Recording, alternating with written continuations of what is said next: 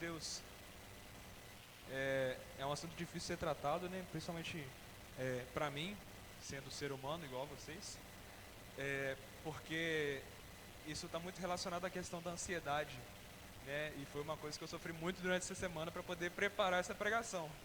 Então, né, é uma coisa meio complicada assim da gente tratar, né? A começar por mim, né? Que é uma coisa que vem assolando muito, né? A humanidade vem assolando muito através das depressões também. Isso tem acabado de uma forma muito grande com lares e com famílias, com igrejas e enfim. Nós vamos estar lendo Mateus capítulo 6, os versículos 24 a 34. Mateus capítulo 6, Evangelho de Mateus 6, dos versículos 24 até o 34.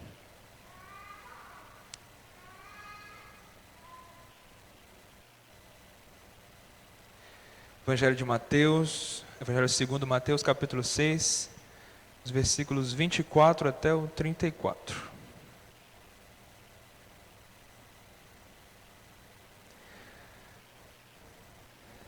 Vocês podem apenas acompanhar, estarei lendo, os irmãos estejam acompanhando.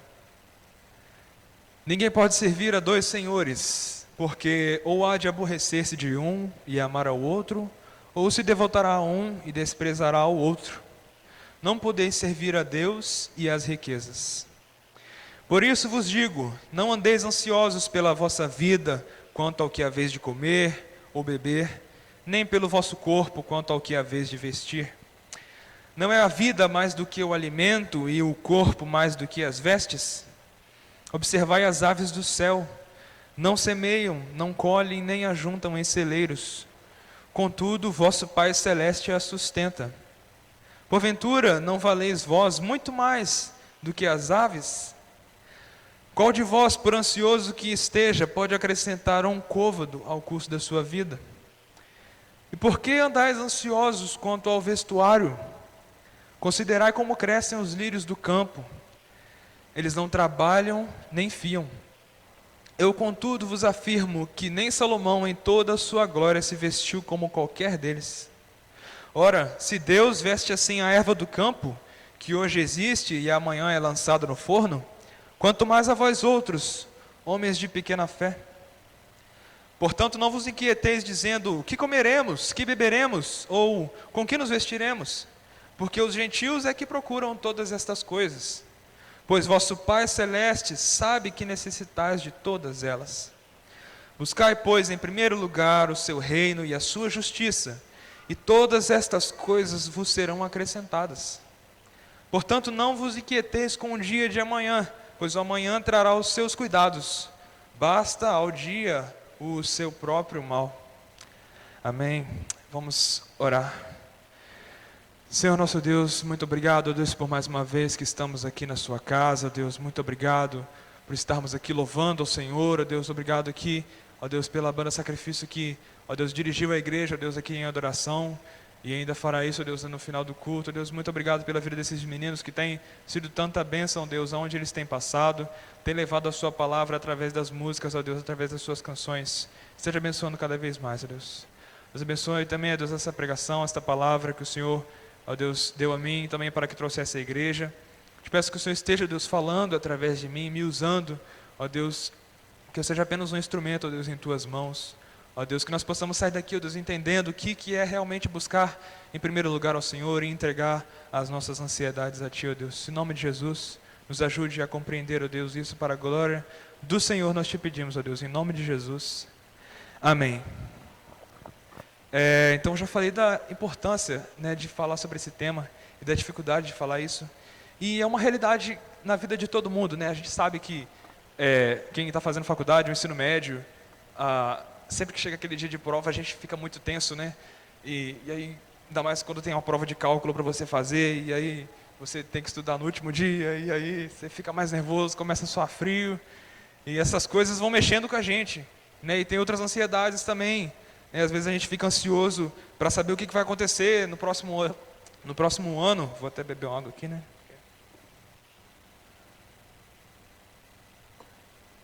A gente fica ansioso para saber o que vai acontecer no próximo ano. Meu Deus, será que eu vou passar? Será que eu vou entrar no emprego tal? Será que vai acontecer isso comigo? Será que fulano vai gostar de mim? Será que não? Não sei o quê.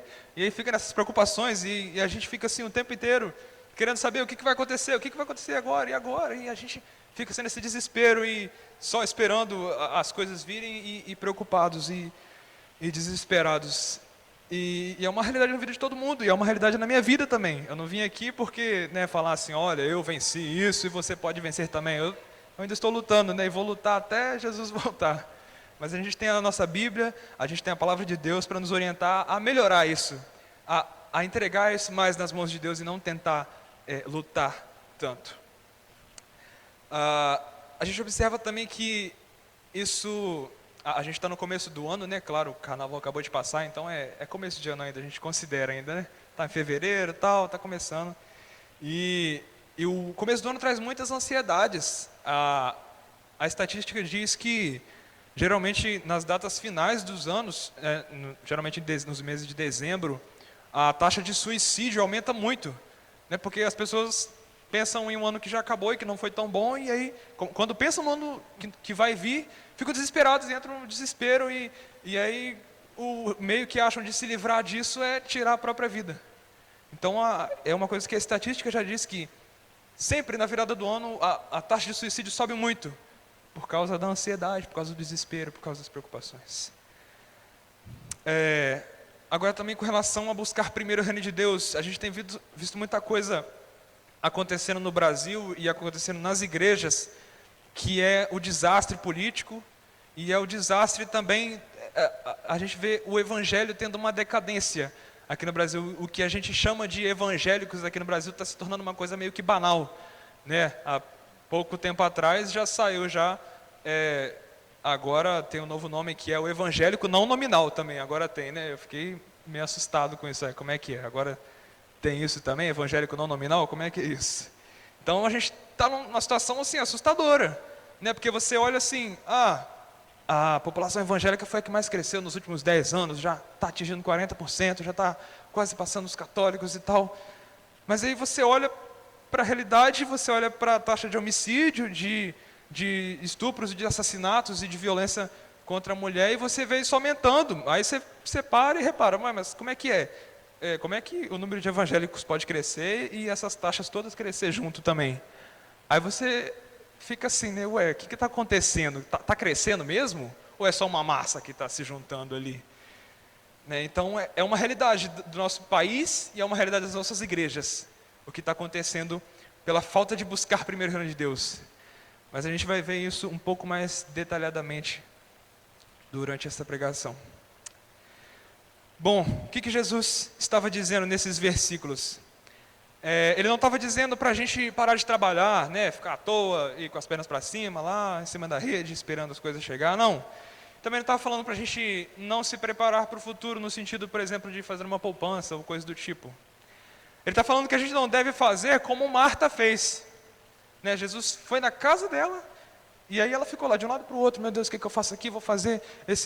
Vou comprar um suco de uva ali do Del Valle, e com soja e tudo, a pessoa nunca tomou, né, e vai lá e compra para poder receber, e aí fica naquele desespero, meu Deus do céu, aí guarda as panelas sujas dentro do fogão, e faz aquele desespero todo, e aí Jesus, o mestre dos mestres, estava lá na casa dela, assim, e ela estava lá, correndo atrás das coisas, de preparar as coisas para ele e tal, e Maria estava lá, só curtindo, né, trocando ideia com Jesus ali e tal, e Marta estava lá de um lado para o outro. E aí teve uma hora que Marta parou e falou assim, ué, Jesus, você não vai chamar a atenção de Maria? Não, Maria está aí parada, fazendo nada aí, e eu estou aqui correndo para um lado e para o outro, e você não vai falar nada disso não? E Jesus falou para ela, olha, Marta, eu te digo que Maria está aproveitando muito mais do que você, que está correndo aí de um lado para o outro. Então o que Jesus está falando para a gente não se desesperar, é para a gente não fazer como Marta. Porque Marta estava se desesperando com uma coisa que não era necessária naquele momento. Porque o mestre dos mestres estava ali na casa dela, e ela, ao invés de buscar primeiro a ele, buscar primeiro a Jesus, ouvir dele, ela queria aprontar todas as outras coisas. E Jesus fala, não, você tem que buscar primeiro o reino de Deus, e essas outras coisas aqui vão ser acrescentadas. Então, o exemplo de Marta é o exemplo, né, a não ser seguido, no caso, né? a gente pode observar aqui também que Jesus estava chamando a atenção para o perigo das riquezas. Quando você vê aqui no versículo 24, ninguém pode servir a dois senhores, porque ou de aborrecer-se de um e amar ao outro, ou se devotará a um e desprezará ao outro. Não podeis servir a Deus e as riquezas. Então, quando a gente observa esse versículo anterior, avaliando o contexto, né, destes versículos, quando você avalia esse versículo anterior, você consegue entender de forma melhor essa passagem. Porque Jesus, ele não está chamando a atenção dos discípulos, não está chamando a nossa atenção só para as coisas necessárias. Porque quem dera se a gente se preocupasse só com o necessário, né? Ele está chamando a atenção para aquilo que vai além do necessário e a gente quer se preocupar. No versículo, antes ainda, a partir do versículo 19, ele fala dos tesouros no céu. E ele fala para a gente não ajuntar tesouros na terra onde a traça e a ferrugem corrói. Jesus está falando assim, olha, eu conheço o coração de vocês. E eu sei que vocês se preocupam muito com essas coisas desnecessárias. E com esse desespero de juntar dinheiro, de juntar muita coisa, de ter mais um carro, de ter mais uma casa, de ter uma casa na praia, porque eu preciso disso, eu preciso disso. E eu preciso de comprar mais o 70º par de sapato, e eu preciso de ter o iPhone 6S, porque se eu não tiver, eu não sou ninguém. E porque fulano de tal também já comprou, e se eu não comprar, eu vou ficar para trás. Ai meu Deus, é disso que Jesus está falando. Ele não está falando só do necessário, ele está falando do que você busca além do necessário. Ele conhece bem os nossos corações, ele sabe o que a gente está desejando na verdade. E em prol disso a gente acaba correndo atrás de tudo isso e deixando Deus de lado. Não, Deus, espera aí que eu vou aqui buscar as minhas coisas aqui, né? Eu vou primeiro aqui fazer o que eu tenho que fazer, né? Correr atrás, né? Que a gente pode ficar parado não, né? Tem que agir também, que não sei o quê. Mas acaba deixando Deus de lado, né? E aí, poxa, eu vou lá na igreja só no domingo à noite, só para poder, né? Não ficar muito longe da igreja, o pessoal não me ver assim, só para me acostumar lá e tal, né? O pessoal não sentir falta de mim. E a gente vai deixando Deus de lado assim, e vai só buscando as coisas que não são necessárias. E ele chama atenção para não servir a dois senhores. Não dá, a gente, tem uma frase que papai sempre me falou, mas não sei se foi ele que fez, foi não, né pai, mas tá de boa. Que se você não põe Deus em primeiro lugar, ele não está em lugar nenhum. E é isso que Jesus está falando aqui, não podeis servir a Deus e as riquezas, porque são caminhos opostos. Se você começar a servir as riquezas, não tem como você servir a Deus também. E se você começar a servir a Deus, não tem como você servir as riquezas desse modo que ele está falando. Paul Washer também diz, os caras gostam muito aí de Paul Washer, ele é um cara bem calmo, né? Quem conhece ele fala umas palavras bem doces assim, né? Só que não, ele é um cara bem durão. E ele fala assim, ou Deus é tudo na sua vida, ou ele não é nada. Ou ele está em primeiro lugar, ou ele não está em lugar nenhum. A gente corre muito esse erro, a gente comete muito isso de... Acontece uma coisa na nossa vida, aí a primeira pessoa que a gente lembra é de Deus, né? Não, não é. A gente sempre quer arrumar um jeito. Não, peraí, eu posso vender isso aqui, comprar aqui, mas aí se eu fizer isso aqui, a gente vai primeiro para o papel, para a caneta, para pensar, né, não, vou chamar um advogado primeiro, peraí. E aí depois, rapaz, tem que buscar a Deus, né? Aí, só depois lá, que já quebrou tanto a cara. E é isso que a gente deve fazer, a gente deve buscar primeiro a Ele. Chegou um problema para a gente deve falar, meu Deus, por favor, cuide da situação, eu não consigo sozinho, eu não consigo lutar com as minhas próprias forças, eu preciso do Senhor, meu Deus, eu preciso de Ti. A gente tem sofrido muito com isso tem assolado muito a nossa igreja, a nossa sociedade de modo geral. Bom, vamos falar sobre a definição, agora de preocupação, né? Falando agora de preocupação. A preocupação, o nome já diz tudo, né? É pré-ocupação. É uma ocupação que você tem antecipada de um problema que na maioria das vezes você não vai conseguir resolver. Na maioria das vezes você não vai conseguir ter um controle. É um problema mental. É um problema da nossa mente, porque quando a gente está ansioso, fica estagnado ali. Às vezes você deita na cama e fica assim, só pensando ali na vida, e vai, toma uma água e fica lá desesperado. estagnado, não consegue fazer nada, a preocupação, ela paralisa a gente, ela deixa a gente no estado de não saber tomar nenhuma atitude, não saber tomar nenhuma escolha. E é um problema com a mente. A gente perde o sentido da realidade, a gente fica... Porque nós ocupamos com essas coisas antes delas acontecerem. Eu lembro que quando eu era menino... menino não, criança, né? Vocês entenderam. Eu tinha...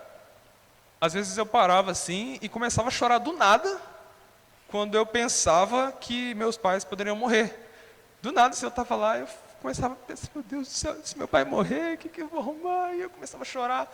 Aí meu pai chegava, por que você está chorando? Eu falei, é porque se vocês morreram, não sei o quê, não sei o quê. Eu falei, calma, meu filho, mas isso não aconteceu ainda. O que você está chorando aí? Eu não estou entendendo.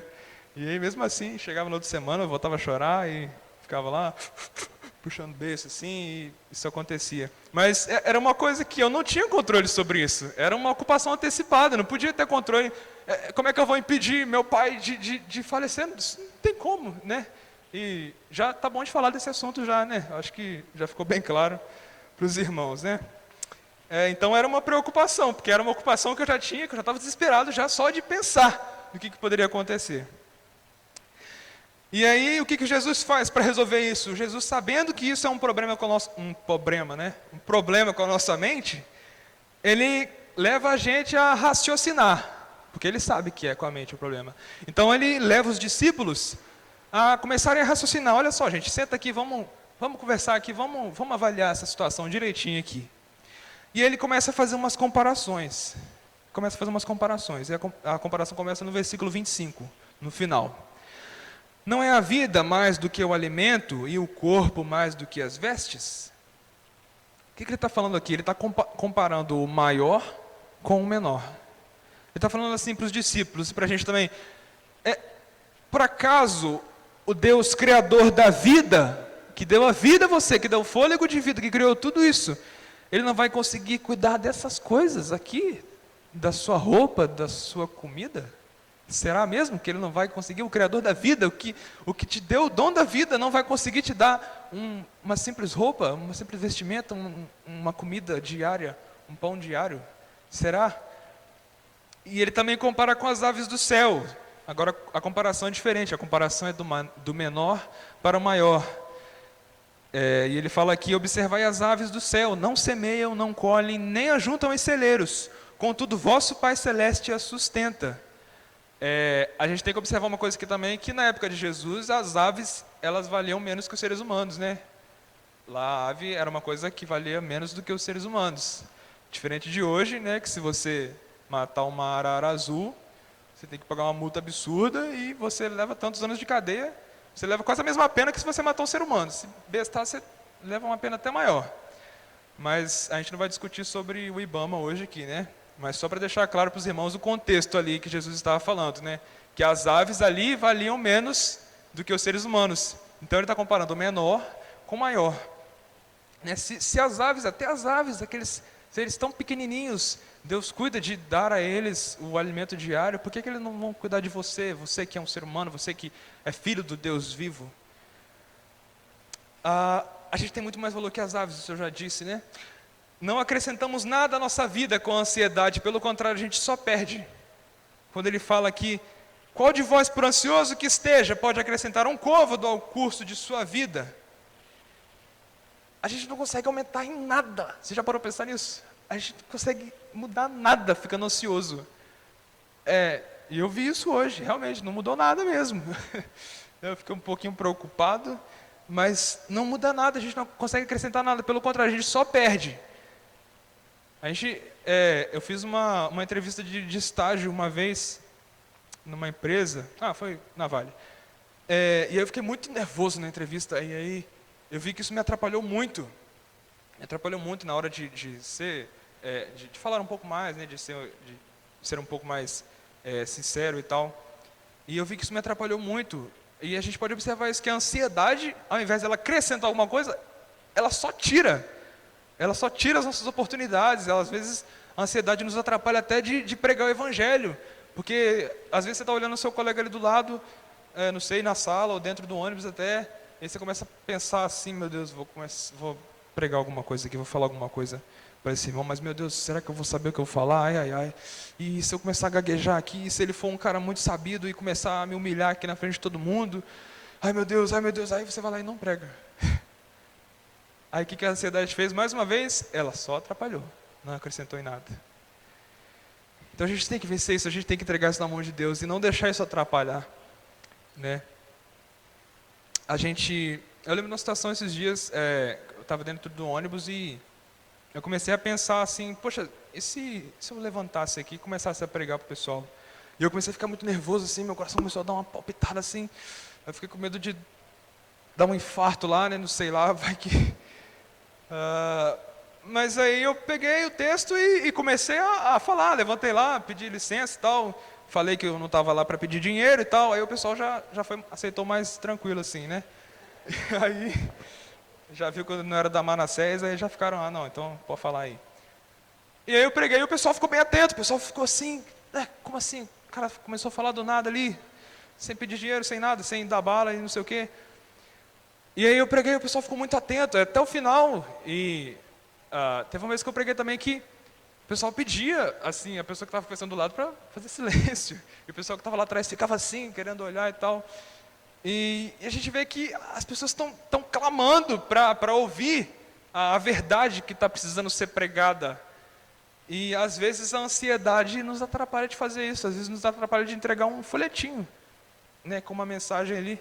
Já está ali escrito, você não precisa nem falar muita coisa, só precisa falar Deus abençoe com o irmão, já está tudo feito. E a ansiedade atrapalha a gente fazer isso. Ela atrapalha você ter uma iniciativa, falar alguma coisa para o seu colega, porque você fica pensando nas possibilidades. Ai meu Deus, e se acontecer isso? E se ele for, sei lá, do Estado Islâmico aí, resolver, né? Nunca se sabe. E só atrapalha, né? Acho que vocês já entenderam já, né? Então vamos para o próximo ponto. Sobre a questão de buscar primeiro o reino de Deus, agora vamos falar do nosso país. A gente está passando um momento muito complicado e 2015 foi um ano assim de muita vergonha, né? Sinceramente a gente estava com vergonha de falar e tal, que era brasileiro, o pessoal estava aí preocupado, porque começou a subir tudo, né? Simplesmente, e é gasolina, e é impostos, e é inflação, e preço de não sei o quê, e sobe isso aqui, e sobe o dólar, e tudo bem que não faz muita diferença para mim, mas subiu o dólar e outras coisas mais, e a Lava Jato lá todo dia no jornal aparecendo, e está aparecendo até hoje ainda. E eu vejo isso como um castigo de Deus, justamente por causa daquilo que eu falei no começo, porque tem um evangelicalismo sendo espalhado por aí, né? Tem algumas igrejas surgindo aí que estão falando que são evangélicas, que estão lotando as igrejas, mas que estão pregando falsas profecias, né? Quando a gente lê o Velho Testamento, frequentemente a gente vê Deus mandando os seus profetas chamar a atenção do povo para se arrepender, para se converter dos seus caminhos, e sempre tinha os falsos profetas para falar o contrário. Sempre tinha os falsos profetas para falar, não, que é isso, esse cara está doido. Não, vai melhorar isso aqui, rapaz, vocês podem continuar do jeito que vocês estão, que só vai melhorar, vai aparecer aqui, vai cair comida, vai não sei o que mais. Fica tranquilo, pode continuar nessa vida aí que vai só melhorar, né? Faltava pouco falar que estava tranquilo, estava favorável, mas graças a Deus que não, né? E aí sempre tinha que ter os profetas mandados de Deus para falar o contrário, para falar, olha, se vocês não se arrependerem, vai vir castigo, vai vir juízo, e essa cidade vai queimar. E a gente vê hoje isso acontecendo de novo. Esse evangelho aí, falando, olha, vem para cá que vai ter aqui, olha só, vai ter mais um carro na sua vida. Você vai almejar ter mais uma empresa, olha aquele irmão ali, aquele irmão ali, não tinha nada, agora ele já tem 3 empresas, já tem uma casa não sei aonde, não sei aonde, não sei aonde. E estão chamando isso aí de evangelho. E a gente, o que a gente vai fazer? A gente vai ficar aqui na plateia assim, só observando? Que coisa feia, né, rapaz? Se eles estão aí pregando aí, isso não é evangelho não, né? E pior que é isso que a gente faz na maioria das vezes, né? A gente toma uma posição de narrador de futebol, né? O que o narrador de futebol faz? Ele na maioria das vezes é um barrigudo lá, que fica sentado lá todo no jogo, e fica comentando lá, se ele chutasse desse jeito, né, quem sabe a bola faria uma curva ali, entraria mais fácil no gol, né, ou então se ele viesse pela direita, tocasse pro do meio ali, ele ia fazer o gol. Mas o narrador só faz isso, mas pede ele para chutar uma bola lá, pede ele para bater esse canto, ele não sabe, ele só sabe lá ficar apontando lá, se fizesse assim, né, não sei o que, não sei o que. E às vezes a gente está tomando essa posição, tá só falando, aquela igreja tal ali, né, rapaz, que coisa feia, estão fazendo aquilo ali, olha só, rapaz. E o que a gente está fazendo? A gente está aqui só acomodado no nosso cantinho aqui, né? Vamos orar por eles, né? Vamos pedir para Deus livrar eles. Mas a Bíblia fala que não é assim, não. Paulo fala, quando ele orienta a Timóteo, não me lembro bem, ele fala, prega a palavra. Paulo fala, prega a palavra a tempo e fora de tempo. Você não pode parar de pregar. E eu tenho ficado muito preocupado com isso, de ver tanta gente ao meu redor caindo na mentira, caindo no engano de o que é evangelho. Eu fico olhando para a minha sala, eu fico assustado de tanta gente que fala lá que é evangélico, mas eles ficam todos assim, esperando eu fazer alguma coisa de errado para botar o dedo em cima, você ainda fala que é crente. Eles são os primeiros a me condenarem. Se eu fizer alguma coisa, se eu olhar para algum lugar, se eu falar alguma coisa, eles já apontam o dedo. E eu fico preocupado com isso, porque estão todos eles falando que são evangélicos, que acreditam em Deus e tal, que não sei o quê.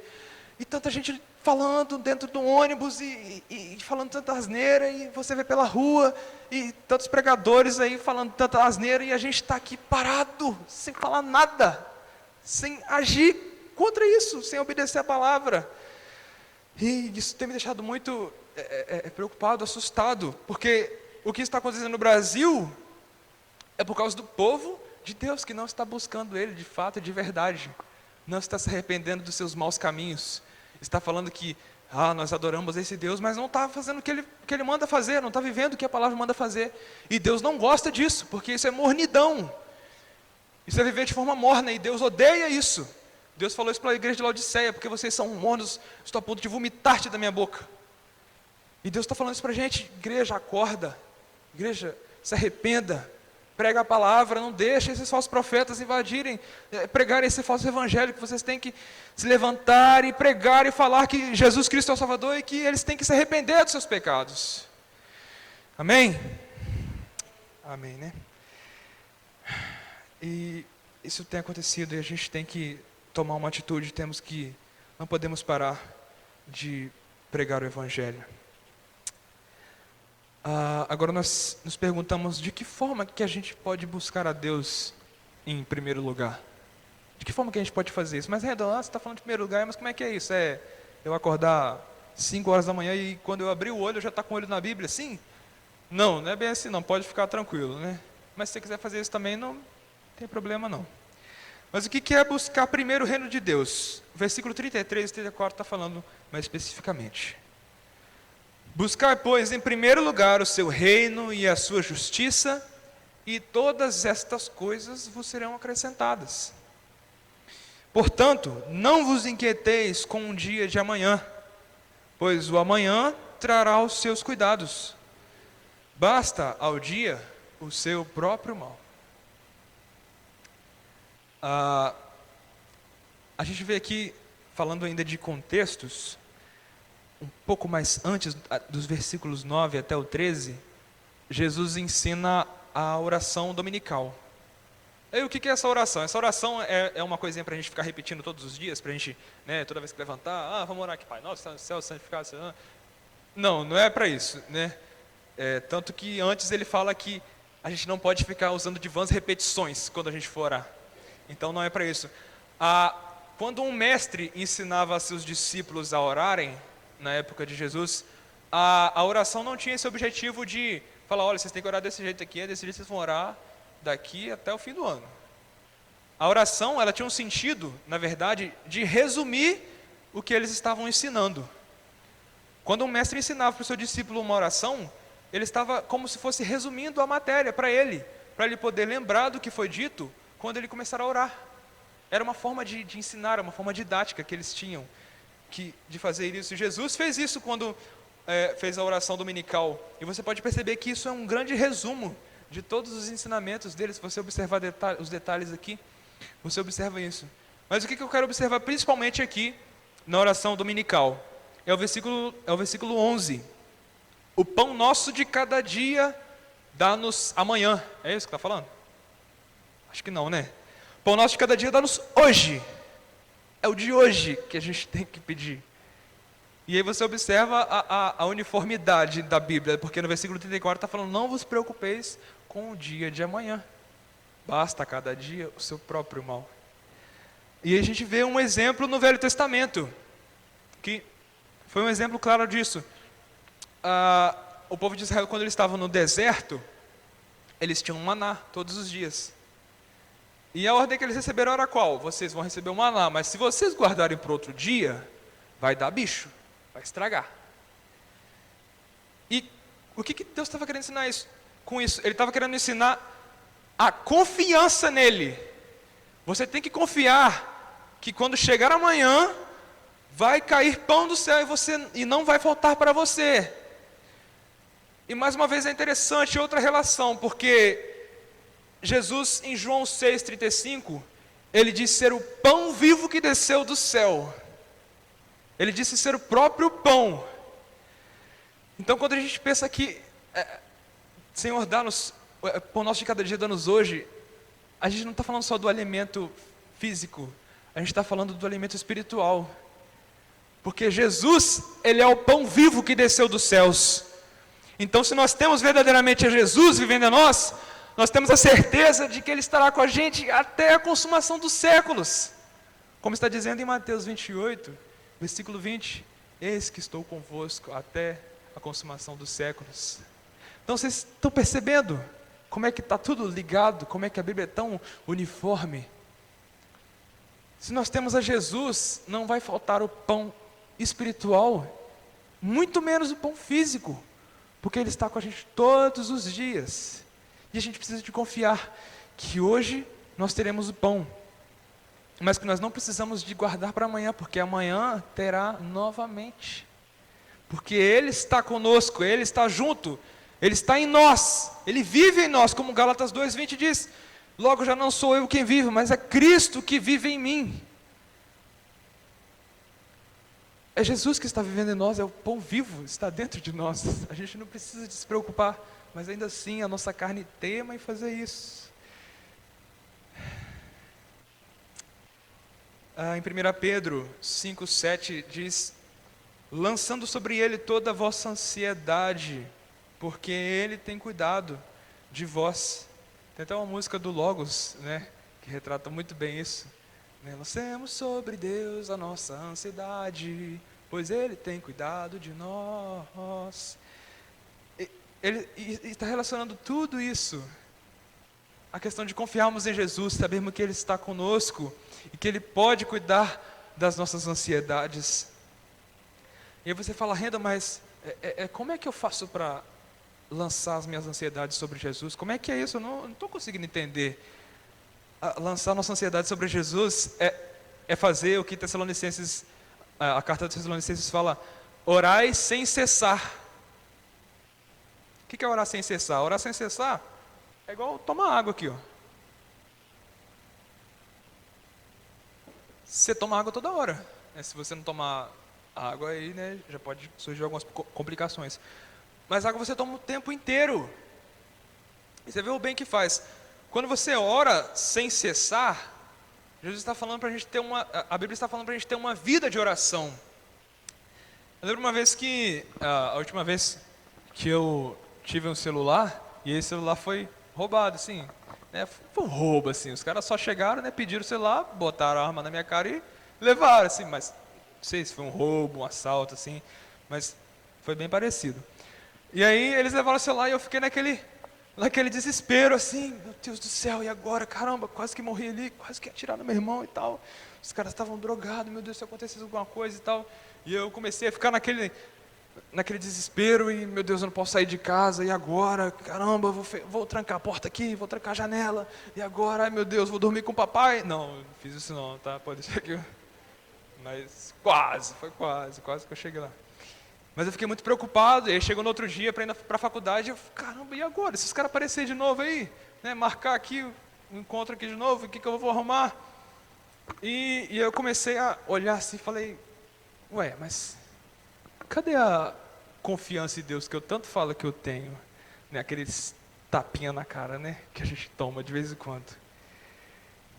E aí eu comecei a fazer o quê? Eu comecei a orar sempre que eu lembrava disso. Tava lá lavando vasilha, lá, tranquilo e tal, eu começava a lembrar. Aí já começava assim, bater o coração e tal, começava a suar. Aí eu parava, orava. Senhor, meu Deus, tira esse nervosismo de mim, tira essa ansiedade, em nome de Jesus, amém. Aí eu continuava lavando a vasilha. Aí eu estava lá, andando, indo para o ponto, pegava um ônibus. Meu Deus, se ele aparecer aqui, ai, ai, ai, e agora? Se pular a roleta aqui, eu já sei que é ele. E, ai, meu Deus, o que eu vou fazer? Aí eu parava, não, peraí. Aí eu orava. Resultado, 2 semanas depois eu já estava super tranquilo, já estava, não estava com o celular não, mas já estava tranquilo, já estava ali, já respirando fundo e eu já comecei a ficar mais em paz com isso. Porque eu comecei a entregar isso para Jesus e toda vez que eu lembrava disso, falava, Jesus, eu não suporto, mas eu sei que o Senhor pode suportar por mim. Eu sei que o Senhor aguenta, porque se for pelo Rendo, o Rendo não aguenta não. O Rendo vai ficar trancado dentro de casa até matar todos os assaltantes que existem no Brasil. Mas o que a gente deve fazer, é buscar a Deus, o tempo todo, você está ali, não precisa de fechar o olho e ajoelhar no chão, simplesmente você para e conversa com Deus, Deus, eu não estou conseguindo, eu não consigo esquecer esse problema, isso que está acontecendo na minha vida aqui, acho que não vai ter jeito, não vai ter saída para isso não, acho que não vai dar certo, mas eu quero confiar no Senhor, eu quero entregar esse problema nas suas mãos, e toda vez que você lembrar, você fala com Deus, é isso que é orar sem cessar, é isso que é orar sem cessar, é você o tempo todo estar falando com Jesus ali, Jesus me ajuda, me ajuda, me ajuda. Com respeito também à nossa nação, a gente não deve parar, como eu já disse, a gente deve continuar pregando, sempre que a gente tiver uma oportunidade, a gente deve pregar, e se a gente achar que essa oportunidade não existe, a gente deve pregar também, porque tem que ser a tempo e fora de tempo, e a gente não pode deixar de orar. Gostei muito, essa semana, eu sigo o pastor Hernandes no Instagram, e ele postou lá um banner da 8ª Igreja Presbiteriana de BH, né, de Belo Horizonte. E eu vi uma campanha muito interessante, uma campanha de oração e jejum pela nação, se não me engano de 12 horas. Aí eu olhei aquilo e falei, é isso que deve ser feito.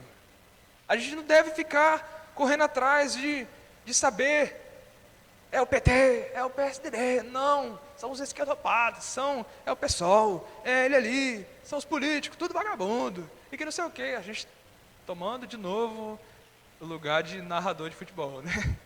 Mais uma vez. E o que a gente deve fazer não é isso, a gente deve buscar a Deus, pedir a Ele e pregar a palavra, para levar ao arrependimento para essas pessoas que estão nesse engano, que estão achando que está tudo bem, vai melhorar, só vai melhorar, pode continuar, está tudo tranquilo. Não, a gente deve buscar a Ele, a gente deve continuar clamando a Ele para que salve essa nação, e deve continuar pregando essa verdade, pregando que tem que se arrepender e tem que se voltar para Deus. Amém? É muito bom depender de Deus. Aqui já concluindo, é muito bom nós podemos confiar nele. Eu falo isso não assim para minha própria glória, mas eu falo isso porque eu vi muitas coisas acontecendo dentro da minha família, dentro às vezes da minha própria vida também. A gente sempre teve esse costume assim de tudo que surgia, tudo que acontecia, a gente sempre tinha um quartinho de oração lá, né, que o quartinho quase que pegava fogo lá, de tanto que a gente orava lá todo dia e tal. E eu lembro, uma situação que me marcou muito foi a situação da restauração do meu pai. Eu lembro que todo ano que tinha reunião do presbitério, era aquela tensão. Meu Deus do céu, aqueles homens lá, será que vai restaurar, papai? Meu Deus do céu, a gente já está aqui tanto tempo já orando. E aí passava a reunião do presbitério e de novo, Obadias não tem campo, e que não sei o quê. E aí vinha um outro ano, a gente começava a orar de novo e nada. Passava outro ano e só procrastinando. E a gente, meu Deus do céu, o que vai ser da gente? O que vai ser da nossa família? O que vai ser do meu pai? E E quando a gente começou a parar de se preocupar tanto com isso, e somente orando, a gente começou a ver Deus agindo assim de uma forma que a gente nem esperava. A gente não imaginava que Ele fosse agir de uma forma tão linda e tão inesperada. E é isso que Ele sempre faz, porque Ele não resolve do jeito que a gente acha que deve ser resolvido. Ah, Deus, seria muito bom. A gente ficava pensando, seria muito bom se Ele fosse restaurado, ficasse essa igreja aqui e tal, e a gente ia fazer muita coisa, porque aqui é tudo aqui, né, tudo parente, a gente vai ser excelente e tal, e aí Deus vai e passa a perna nos nossos planos e faz muito melhor ainda do que a gente esperava. Então, quando você busca a Deus, você pode ter essa certeza. Você pode ter certeza que o que Ele for fazer vai ser melhor. Por mais que a gente ache que não está dando nada certo. Meu Deus, o que está acontecendo? Não estou entendendo, não. Mas quando você chega no final, aí você vai olhar para trás e vai falar, tá, né? Foi, agora não, agora está explicado. Por isso que, né? É só no final que a gente percebe, mas quando a gente está ali no meio do furacão ali, meu irmão, não dá para ver nada. A gente só vê desespero, só vê tragédia. Mas se a gente permanecer confiando em Deus, a gente sabe que no final vai ter um bom resultado. Amém? Que nós possamos pensar nisso, né? Pensar mais em buscar mais a Deus e jogar mais as nossas ansiedades sobre Ele, parar de nos preocupar tanto com essas coisas aqui da terra, com as riquezas, e se preocupar mais com o reino de Deus, se preocupar mais com a propagação do seu Evangelho. Amém? Vamos fazer uma oração. Eu não vou pedir ninguém para vir aqui na frente. Eu peço que do seu lugar mesmo você abaixe a sua cabeça e faça essa oração comigo, pedindo a Deus para tomar conta da nossa vida, para que nós possamos buscar Ele em primeiro lugar.